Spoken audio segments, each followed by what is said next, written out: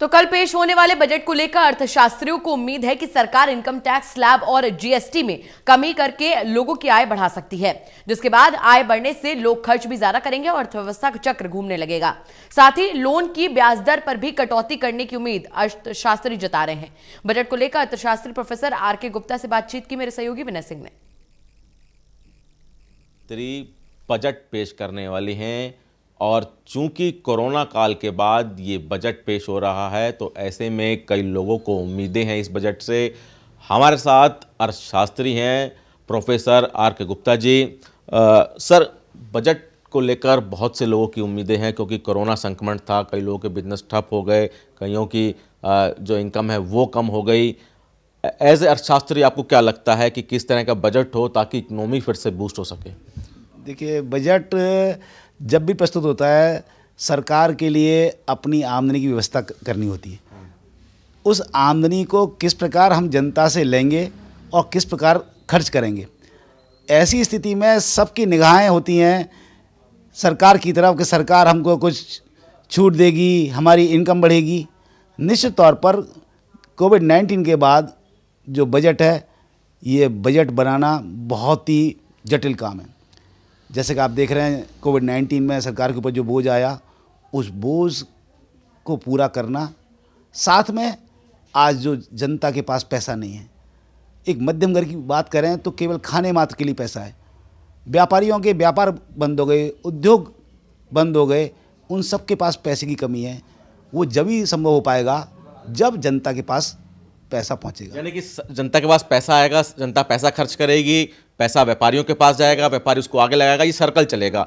कैसे सरकार इस पैसे को जनता तक पहुंचा सकती है? जनता की जेब में पैसा कैसे पहुंच सकता है? देखिए, जनता तक पहुंचाने के लिए एकमात्र तरीका ये है, सरकार एक तो इंटरेस्ट रेट कम करे, जिससे कि एक आम आदमी को उधार लेना लोन का जिससे कि उधार लेना आसानी हो जाए।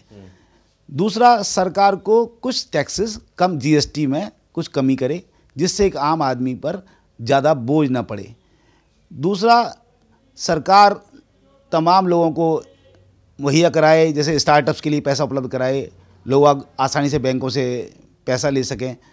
जब लोगों का पैसा आएगा, वो उसके लिए मार्केट में डिमांड क्रिएट होगी, डिमांड क्रिएट होगी तो इंडस्ट्री और बिजनेस में सप्लाई आएगी और इससे हमारे इकॉनमी बूस्ट होगी। एकमात्र यही तरीका है कि जिससे हम अपनी अर्थव्यवस्था को हम आगे ले जा सकें। यानी कि जीएसटी के जो रेशो है, जो परसेंटेज है, उसको कम करके मार्केट में बूस्ट लाया जा सकता है, ये आप कह रहे हैं? बिल्कुल ऐसा। निश्चित तौर पर आप समझिए कि बजट के अंतर्गत जो मुख्य इस समय आवश्यकता ये है कि हम अपने जनता के पास किसी तरह उनको पैसा पहुंचाएं। वो जब ही हो पाएगा जब जनता ये महसूस करेगी कि उसके पास पैसा आसानी से मिल रहा है, चाहे वो बैंकों के माध्यम से, चाहे वो टैक्सेस के माध्यम से। और जब टैक्स कम होगा, निश्चित तौर पर जनता खर्च करने के लिए। ये तो जीएसटी की बात हुई, इंडस्ट्री को लोन देने की बात हुई, आम आदमी को लोन देने की बात हुई। एक बात होती है कि जो सैलरीड पर्सन होता है, उसकी जो इनकम होती है उस पर भी टैक्स लगता है, उसका भी एक चार्ट होता है कि इतने से इतने सैलरी वाले पे इतना टैक्स लगेगा। क्या वहाँ पे जो आम आदमी सैलरीड पर्सन है, उनको भी कुछ छूट मिलनी चाहिए? देखिए, सैलरीड पर्सन की छूट की बात है। निश्चित तौर पर जो सबसे बड़ा सैलरीड पर्सन के लिए एक सोर्स है, वो है 80C, जहाँ वो बचत करके वो सरकार से टैक्स बचाता है कि मेरा टैक्स बच जाए और मेरी थोड़ी बचत हो जाए। उन सभी की निगाहें लगी हुई हैं कि 80C में इजाफा होगा। वो इस समय 1.5 लाख है, वो 1.5 से लेकर के अब इसको 3 करने की उम्मीद है। निश्चित तौर पर जहां जनता को 80C में छूट मिलेगी, वो पैसे को बचत करेंगे और बचत करने के बाद कैपिटल बनेगी। कैपिटल बनने से ये तमाम उद्योग धंधों को रुपया मिलेगा। निश्चित तौर पर ये तरीका है कि हम जनता को भी खुश कर दें और हमारा बजट भी बन जाए। ये बात होगी सैलरीड पर्सन की, बिजनेसमैन की। एक और सेक्टर है हमारे देश में, एग्रीकल्चर। एग्रीकल्चर से भी बहुत से लोग जुड़े हुए हैं।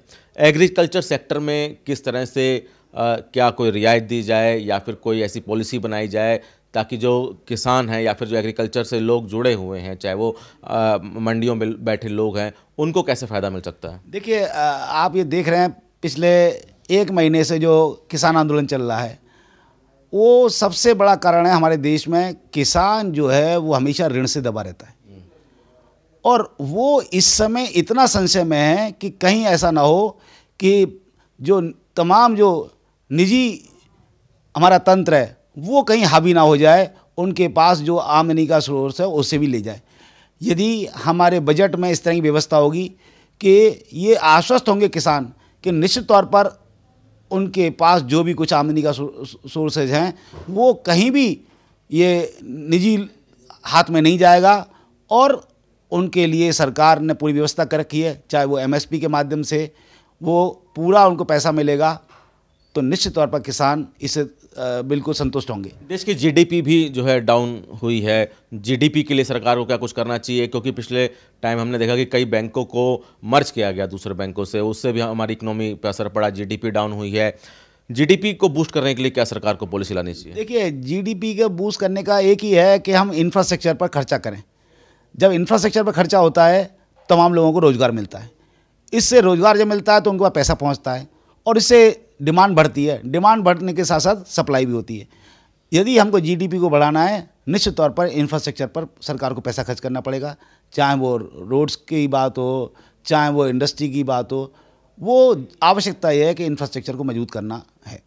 यानी कि कुल मिला के देखा कि सरकार को चाहिए कि किसी न किसी तरह से जनता के हाथ में पैसा पहुंचे, ताकि जनता उस पैसे को खर्च कर सके और वो पैसा मार्केट में आए, ताकि जो सर्कल है वो चालू हो सके। बिल्कुल बिल्कुल, निश्चित तौर पर ये है। एक सबसे बड़ी और आवश्यकता ये है, मैं आपको बताऊंगा कि जहां ये कोविड-19 के बाद हमारा जो बजट है, अब पूरे विश्व में जहां कोविड-19 ने अपना प्रभाव छोड़ा, अब सरकार को स्वास्थ्य पे भी ध्यान देना पड़ेगा।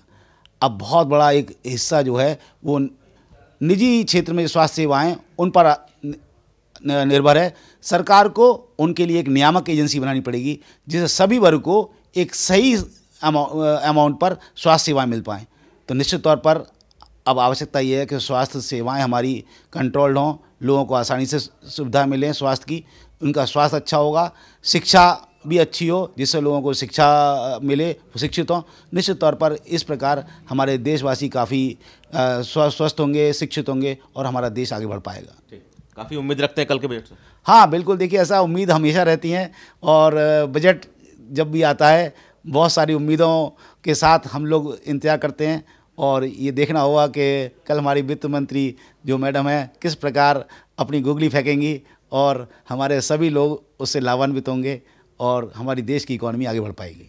तो जो अर्थशास्त्री हैं उनको बजट से काफ़ी उम्मीदें हैं। इनका कहना है कि सरकार को किसी न किसी तरह से कोशिश करनी चाहिए कि जो आम जनता के पास पैसा है, चाहे वो टैक्स का स्लैब कम करके या फिर जीएसटी कम करके, क्योंकि अगर जनता के पास पैसा आएगा तो जनता उस पैसे को खर्च करेगी और वो पैसा किसी न किसी के लिए सोर्स ऑफ इनकम होगा और उसके बाद जो सर्कल है वो चलेगा। कैमरामैन मुकेश के साथ विनय सिंह, टोटल न्यूज़, नोएडा।